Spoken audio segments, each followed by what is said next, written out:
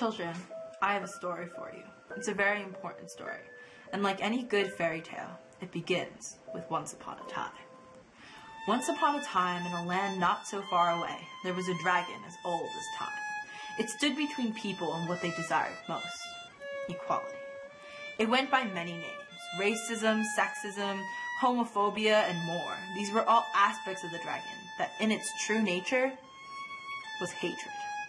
Thankfully, many have come to fight the dragon: a prince of peace, a damsel in shining armor, and a beast misunderstood. The Prince of Peace had come from humble beginnings. His ancestors had been slaves, chained together, forced to work for little more than food and shelter, and considered only 3/5 of a human. Through the Emancipation Proclamations, their chains were broken, but they were not free. Dr. Martin Luther King, our prince, fought for their freedom. He boycotted buses in the name of Rosa Parks, wrote letters from jail, and had a dream. King's biggest hit to the dragon came days after his greatest sacrifice, his life. The Civil Rights Act of 1968 was passed on April 11th, and King's dream of the death of the dragon was becoming a reality.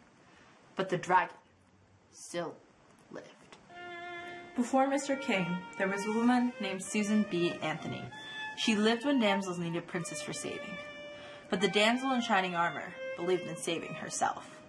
With Elizabeth Stanton, our damsel fought for equal rights for women and women's suffrage. She wrote the Revolution, spoke all over the country, and went on trial for voting.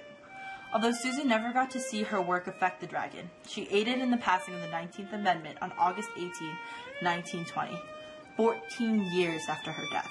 But the dragon still lived. Our third hero was seen as a beast, but he never understood why. Others saw his homosexuality as a sin, but it was just who he was.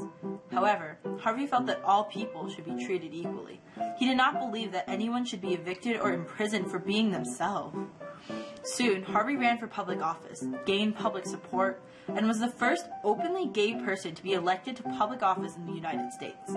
Through this, Harvey injured the dragon, but the dragon still lived.